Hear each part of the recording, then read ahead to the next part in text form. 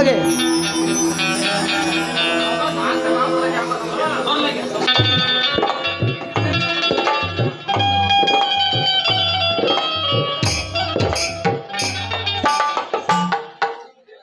ಬನ್ರಿ, ಇವತ್ತು ಯಾವ ಹೋರಾಟದ ಸಭೆಗೆ ಹೋಗಿದ್ರಿ ನೀವೇ ಹೇಳಿ. ಅದು ಅಲ್ಲದೆ ನೀವು ಮನೇಲಿ ಇಲ್ಲದ ಸಮಯದಲ್ಲಿ ಮಾವನವರೇ ಕುರಿಗಳಿಗೆ ಮೇವು ನೀರು ಹಾಕಿ ಅವರೇ ಮೇಯಿಸ್ತಾ ಇದ್ದಾರೆ. ಹೌದು ಪ್ರೇಮ, ಮೊನ್ನೆ ನಡೆದ 2 ದೊಡ್ಡ ಸಮಾರಂಭಕ್ಕಿಂತ ಇವತ್ತು ಒಂದು ಮಹತ್ವದ ಸಮಾರಂಭಕ್ಕೆ ಹೋಗಿದ್ದೆ ಪ್ರೇಮ, ಮಹತ್ವದ ಸಮಾರಂಭಕ್ಕೆ ಹೋಗಿದ್ದೆ. ಅಲ್ಲ ರೀ, ರಾತ್ರಿ ಕಲಿತ ಶಾಲೆಗೆ ನಿಮ್ಮಂಥವ್ರು ಯಾಕೆ ಬೇಕು? ಯಾಕಂದ್ರೆ ಓದಿದವರು ದೊಡ್ಡವರು ಸಾಕಷ್ಟಿದ್ದಾರೆ ಅಲ್ರಿ. ಹೌದು ಪ್ರೇಮ, ನ್ಯಾಯ ನೀತಿ ಧರ್ಮದ ಹೋರಾಟಕ್ಕೆ ಯಾವ ಶಾಲೆಯೂ ಬೇಕಾಗಿಲ್ಲ ಪ್ರೇಮ, ಯಾವ ಶಾಲೆಯೂ ಬೇಕಾಗಿಲ್ಲ, ಯಾವ ದೊಡ್ಡವನು ಬೇಕಾಗಿಲ್ಲ. ಮನುಷ್ಯತ್ವ ಒಂದಿದ್ದರೆ ಅಷ್ಟೇ ಸಾಕು. ತಾಕತ್ತಿಗೆ ಜೋಡಗುಂಡಿಗೆ ಬೇಕು. ಇವು ಎಲ್ಲವನು ಅವನ ಹತ್ತಿರ ಯಾರ ಹತ್ತಿರ ಇರ್ತಿದೋ ಅವನನ್ನು ಹುಡುಕಿಕೊಂಡ ಆ ನ್ಯಾಯ ದೇವತಿ ತಾನಾಗೆ ಬರುತ್ತಿದ್ದಾಳೆ. ರೀ, ಅದು ಯಾವ ಮಹತ್ವದ ಕೆಲಸ ಇದೆ ನೀವೇ ಹೇಳಿ. ಅದೇ ಪ್ರೇಮ, ಅನೇಕ ವರ್ಷಗಳಿಂದ ನಡೆದ ಬಂದ ಮಹಿಳಾ ವಿಶ್ವ ಸಮಯಕ್ಕಿಂತ ವೀಕ್ಷಕರೆಂದರೆ ವಿದ್ಯಾರ್ಥಿಗಳಿಗೆ ಕಿರಿಕಿರಿ ಪಟ್ಟ ನಡೆದಿತ್ತು ಎಂಬುವ ಸುದ್ದಿ ಬಂದಿತ್ತು. ಕರ್ನಾಟಕ ರಕ್ಷಣೆಗ ನನ್ನನ್ನು ಆಹ್ವಾನಿಸಿದರು ಪ್ರೇಮ, ಆಹ್ವಾನಿಸಿದರು. ಸರ್ಕಾರದ ಮುಂದೆ ಹೋರಾಟ ಮಾಡಲು ನನ್ನನ್ನು ಕರೆಸಿದ್ದಾರೆ ಪ್ರೇಮ, ನನ್ನನ್ನು ಕರೆಸಿದ್ದಾರೆ. ಆಗ ಸರ್ಕಾರ ಮಹಿಳಾ ವಿದ್ಯಾಲಯಕ್ಕೆ ಮಹಿಳೆಯರೇ ಶಿಕ್ಷಕರೆಂದು ನಿರ್ಧಾರ ಮಾಡಿದ್ದಾರೆ ಪ್ರೇಮ, ನಿರ್ಧಾರ ಮಾಡಿದ್ದಾರೆ. ಆ ಕಲಸಿಕೆ ನಾನೇ ಹೋಗಿದ್ದೆ ಪ್ರೇಮ, ನಾನೇ ಹೋಗಿದ್ದೆ. ಸ್ವಾಮಿ, ಕುರಿ ಕಾಯನ್ನು ಹರಿಕಾರಣ ಆದ್ರೆ ಅದೇ ನನ್ನ ಬಾಳಿನ ಭಾಗ್ಯೋದಯ ಅಂತ ನಾ ತಿಳ್ಕೊಂಡಿದ್ದೇನೆ ಸ್ವಾಮಿ. ನಾನೇ ಅಷ್ಟೇ ಪ್ರೇಮ. ಬಾ, ಈ ಬಿಸಿ ಹಪ್ಪಿಗೆಯಲ್ಲಿ ನಗು ನಗುತ್ತಾ ಹಾಡು ಬಾ ಒಂದು ಪ್ರೇಮ ಗೀತೆ ಆದರು.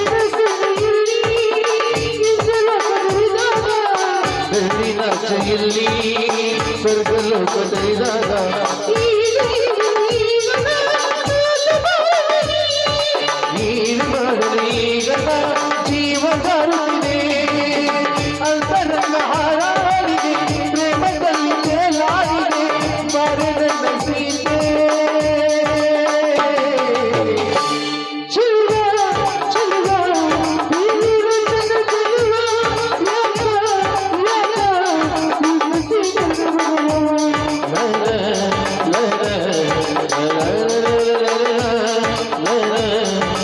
la la ಬನ್ರಿ, ಈಗಲಾದ್ರೂ ಊಟ ಮಾಡಿವಿರಂತೆ? ಹೈ, ಇಲ್ಲ ಪ್ರೇಮ, ನಾನು ಕುರಿಯ ದಡ್ಡಿಯನ್ನು ನೋಡಲಾರದೆ 4 ದಿನಗಳಾಯಿತು. ಈಗಲೇ ಅಪ್ಪನ ಹತ್ತಿರ ಹೋಗಿ ಕ್ಷೇಮ ಸಮಾಚಾರವನ್ನು ತೆಗೆದುಕೊಂಡು ಬರ್ತೇನೆ.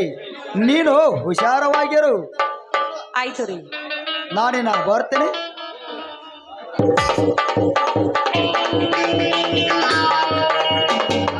ಅಯ್ಯೋ ಭಗವಂತ, ಇಂಥ ಪತಿಯನ್ನು ನನಗೆ ಜೋಡಿ ಮಾಡಿದ್ದು ನನ್ನ 7 ಜನ್ಮದ ಪುಣ್ಯ ಅಂತ ನಾ ತಿಳ್ಕೊಂಡಿದ್ದೇನೆ.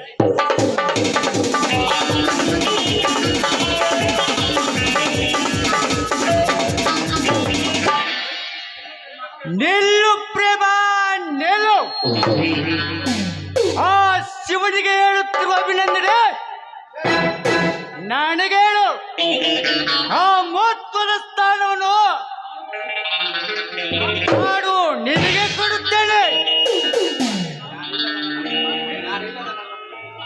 ನೋಡಿ, ಯಾರಿಲ್ಲದ ಮನೆಗೆ ಪ್ರವೇಶಿಸಿ ಈ ರೀತಿ ಮಾತಾಡಲು ನೀನ್ಯಾರೋ? ಸುಮ್ಮನೆ ಹೊಟ್ಟಗಿಲಿಂದ.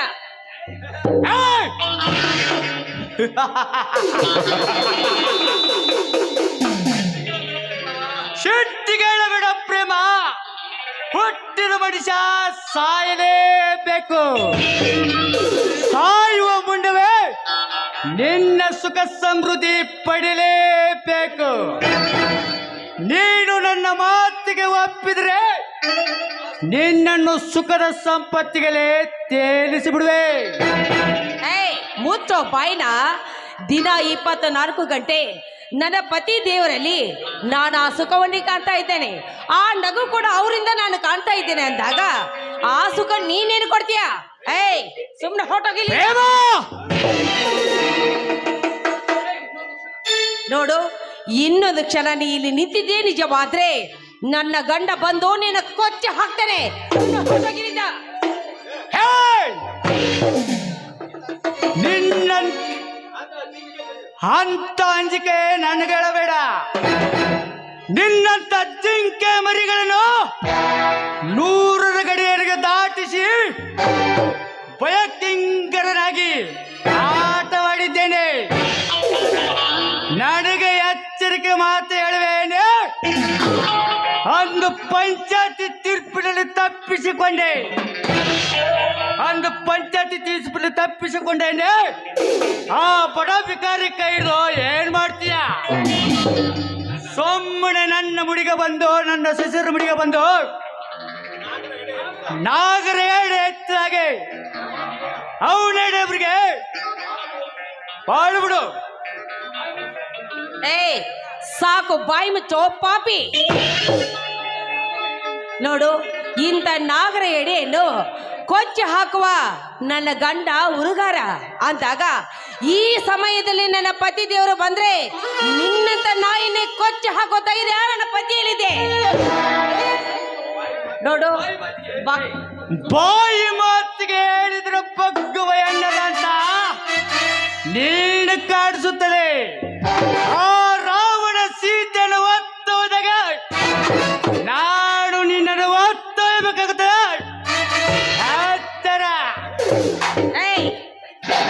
ಕೈ ಬಿಡು ಪಾಪಿ. ಇನ್ನೊಂದು ಹೆಜ್ಜೆ ಮುಂದಕ್ಕಿಟ್ಟು ನನ್ನ ಮುಟ್ಟಲು ಬಯದೆ ನಿಜವಾದ್ರೆ ಒಣ್ಣಿಗೆ ಹೋಗ್ಬಡದೆ ಕಚ್ಚಿ ಹಾಕಿ ನಾನೇ ನಿನ್ನ ಕೊಚ್ಚಿ ಹಾಕ್ಬೇಕಾಗತ್ತೆ. ಬಾರೋ ಮುಂದಕ್ಕೆ.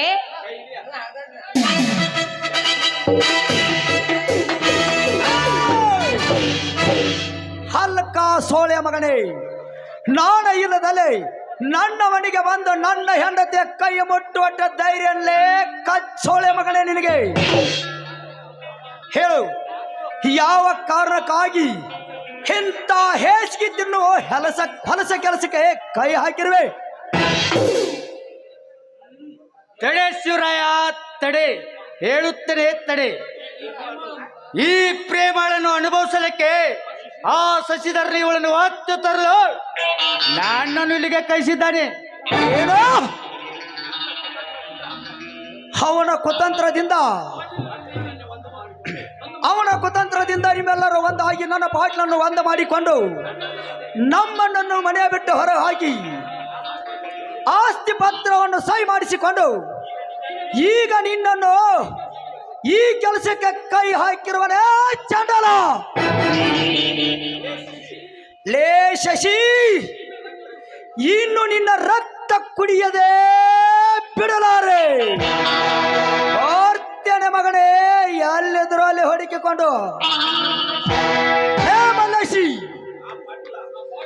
ಆ ಪಾಟೀಲ ಆ ಶಶಿಧರ ಎಲ್ಲಿದ್ದಾರೆ? ಬೇಗ ಹೇಳು. ನೀನು ಹೇಳದಿದ್ದರೆ ಈ ಕ್ಷಣದಲ್ಲಿ ನಿನ್ನ ನೆತ್ತಿಯನ್ನು ಶಿಳಿ ನೆತ್ತರ ಕುಡಿದು ಬಿಡ್ತೇನೆ ಮಗಳೇ. ಎಲ್ಲಿದ್ದಾರೋ ಬೇಗ ಹೇಳು. ದಯವಿಟ್ಟು ಅದನ್ನು ಮಾತ್ರ ಕೇಳಬೇಡ ಶಿವರಾಯ. ಶಿವರಾಯ, ಅವನಿದ್ದ ಸ್ಥಳ ಇವನು ತೋರಿಸಿದರೆ ಇವನಿಗೆ ಆಸ್ತಿಯಲ್ಲಿ ಅರ್ಧ ಭಾಗ ಬರುವುದನ್ನೆಂದು ಸುಳ್ಳು ಹೇಳುತ್ತಿದ್ದಾನೆ ಈ ಮಗ. ಇವನನ್ನು ಹಾಗೆ ಬಿಡಬೇಡ. ನಮ್ಮ ಕಂಬಕ್ಕೆ ಕಟ್ಟಿ ಹಾಕಿ ಬಿಸಿನೀರತ್ತಿ ಮಗಳಿಗೆ. ಅದು ಹಾಗಲ್ಲ ಗೌಡ್ರೆ. ಏ ಮಲಶಿ, ನಿನಗೆ ನಾನು ಏನು ಮೋಸ ಮಾಡಿದ್ದೇನೆಂದು ನನಗೆ ನೀನು ಮೋಸ ಮಾಡಿದೆಯೋ ಪಾಪಿ. ನನ್ನ ಮನೆಯಲ್ಲೇ ಉಂಡು ತಿಂದು ಬೆಳೆದು ನನ್ನ ಗೌಡಿಕೆಯ ದರ್ಬಾರವನ್ನೇ ಹಾಳು ಮಾಡಿದೆಯಲ್ಲೋ ನೀಚ. ನಿನಗೆ ಆಸ್ತಿ ಬೇಕಿದ್ದರೆ ನಾನೇ ನಿನಗೆ 10 ಎಕರೆ ಜಮೀನು ಬರೆದುಕೊಳ್ತಿದ್ದಲ್ಲೋ. ಆದರೆ ನನ್ನ ಗೌಡಿಕೆಯ ದರ್ಬಾರವನ್ನೇ ಹಾಳು ಮಾಡಿದೆಯಲ್ಲ. ನಿನ್ನನ್ನು ನಂಬಬಾರದು ಶಿವರಾಯ. ಮೇಲತ್ತು ನಿನ್ನ ಕೊಡ್ಲೇನು? ಮುಗಿದು ಹೋಗಲಿ ನಿನ್ನ 3 ಅಂಕಿಯ ಮುಕ್ತಾಯಕ್ಕೆ ಇವನ ಪ್ರಾಣ. ಆಯ್ತು ಅಪ್ಪ, ಆಯ್ತು ತಂದೆ, ಆಯ್ತು. ನೀನು ಹೇಳುತ್ತಿರುವಾಗ ತಂದೆಯ ರಕ್ತವನ್ನೇ ಕಥಕಥನ ಕುದಿತಿರುವಾಗ ಶೇರೆಂಬ ಕೂಗು ಒದರಿ ಹೇಳುತ್ತಿದೆ. ಈಗಲೇ ಇವನು ರಕ್ತವನ್ನು ಕೊಡದ ಬಿಡಂದು. ಶಿವರಾಯ ನಿಲ್ಲು. ಮಲೇಶ, ನೀನು ಅವನಿದ್ದ ಸ್ಥಳ ಹೇಳದಿದ್ರೆ ನಿನ್ನ ಗೋರಿ ನೀನೇ ತೋಡಿಕೊಳ್ತೀಯ. ಮಲೇಶ, ನೀನು ಯಾರ ಮಗ ಗೊತ್ತೇನೋ? ನಾನು ಯಾರ ಮಗ ಗೌಡ್ರೆ? ನಾನು ಯಾರ ಮಗ ಗೌಡ್ರೆ? ಯಾರ ಮಗ? ನಾನು ಆ ಹರಿಕೃಷ್ಣನ ಮಗನೇ. ಅಂತ ನಿಲ್ಸಿದ್ದೀಯೋ ಅಂತ ಹರಿಕೃಷ್ಣನ ದೇವರ ಹೆಸರು ಇಟ್ಟುಕೊಂಡವ ಮಗ ನೀನು. ಏ ಮಲೇಶ, ಹಿಂದೆ ನಿನ್ನ ತಂದೆ ಗೋಕಾಕ್ದಿಂದ ಬರುವಾಗ ಮಾದಿನಿ ಕ್ರಾಸಿನಲ್ಲಿ ಅವನನ್ನು ಕೊಂದು ಕಿನಾಲ್ನಲ್ಲಿ ಬಿಸಾಕಿ ಹೋಗಿದ್ದರಲ್ಲ, ಯಾರು ಗೊತ್ತೇನೋ? ಯಾರು ಗೌಡ್ರೆ? ಯಾರು? ನಿನಗೇನು ಗೊತ್ತಾಗುತ್ತದೆಯೋ? ಇನ್ನೊಬ್ಬರು ಹೇಳಿದ ಮಾತು ಕೇಳಿಕೊಂಡು ಅವರ ಮುಸುರೇನು ತಿಂದು ಅವರಂತೆ ಹೇಳುವ ಹುಚ್ಚಕನ ನೀನು. ಅದು ಅಲ್ಲದೆ ನಿನ್ನ ತಂಗಿ ಶಾಲೆಯಿಂದ ಬರುವಾಗ ನಡು ಮಧ್ಯ ರಸ್ತೆಯಲ್ಲಿ ಅಪಹರಣ ಮಾಡಿ ಅವಳನ್ನು ಕೊಂದು ಹಾಕಿದರಲ್ಲ, ಯಾರು ಗೊತ್ತಿದೆಯೇನೋ ನಿನಗೆ? ಯಾರು ಗೌಡ್ರೆ? ಯಾರು? ನಿನಗೆ ಇಲ್ಲಿ ಏತಕ್ಕೆ ಕಳಿಸಿದ್ದಾನಲ್ಲ, ಅವನೇ ಈ ಎಲ್ಲ ಕುತಂತ್ರವನ್ನು ಮಾಡಿದ್ದು.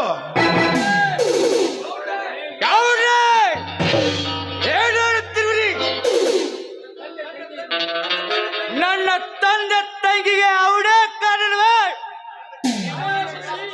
ಏ ಮಗನ ಸಚಿ, ನೀನು ಎಲ್ಲಿ ಅಡಗಿದರು ನಿನ್ನನ್ನು ಹುಡುಕಿ ಹೊರಗೆ ತಂದು ನಿನ್ನ ಬಿಸಿ ರಕ್ತ ಕುಡಿದಿದ್ದರೆ ಕಣ್ಣೆಸರು ಮಲ್ಲೇಶನೇ ಅಲ್ಲ. ನನ್ನ ಹೆಂಡತಿ ಶಾಂತಳ ಕೊಲೆಗೆ ಯಾರ ಕಾರಣ ಗೊತ್ತೇನೋ?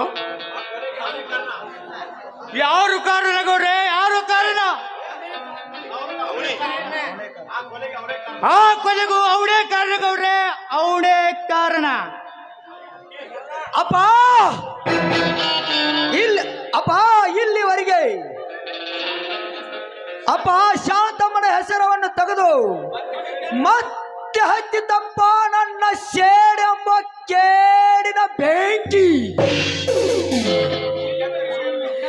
ಇಲ್ಲಿವರೆಗೆ ಈ ಕೆಟ್ಟ ವಿಷಯವನ್ನು ಯಾಕೆ ಮುಚ್ಚಿಟ್ಟಿದ್ದೀರಿ?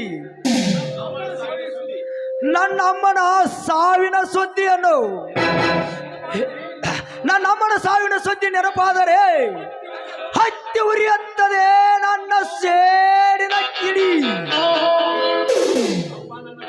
ಅಪ್ಪ, ನನ್ನ ಕೋಪ ಕೆರಳುತ್ತಿದೆ, ರೋಷ ಉಕ್ಕಿ ಹರಿಯುತ್ತದೆ. ಈ ಮಲ್ಲೇಶಕ್ಕಿಂತ ಮಾಡೇ ಮೊದಲು ಹೋಗಿ ಆ ಶಶಿ ಉಸಿರನ್ನು ಇಲ್ಲದಂತೆ ಮಾಡಿ ಬರುತ್ತೇನೆ. ಶಿವರಾಯ, ಒಟ್ಟಾರೆ ಈ ಭೂಮಿಯ ಮೇಲೆ ಅವನ ಘಟ ಉರುಳಬೇಕು. ಹಾಗೆ ನೀನು ಮಾಡು. ಮನಸೆ ಈಗ ಅವನು ಎಲ್ಲಿದ್ದಾನೋ? ಅವರು ನಿಮ್ಮ ಬಂಗಾರದ ಬಂಗ್ಲೆಯಲ್ಲಿ ಗೌಡ್ರೆ, ಬಂಗಾರದ ಬಂಗ್ಲೆಯಲ್ಲಿ. ಹಾಗಾದರೆ ನೀನು ದಾರಿ ಯುದ್ಧಕ್ಕೆ ಬಾ. ನಾನು ಇಡೀ ಊರೆಲ್ಲ ಸುತ್ತು ಹೊಡೆದು ಅವನು ಅಲ್ಲೇ ಇರ್ತಾನೆ. ಅವನನ್ನು ಹುಡುಕಾಡಿ ಅವನ ಅಲ್ಲೇ ಕತ್ತರಿಸಿ ಬರುತ್ತೇನೆ.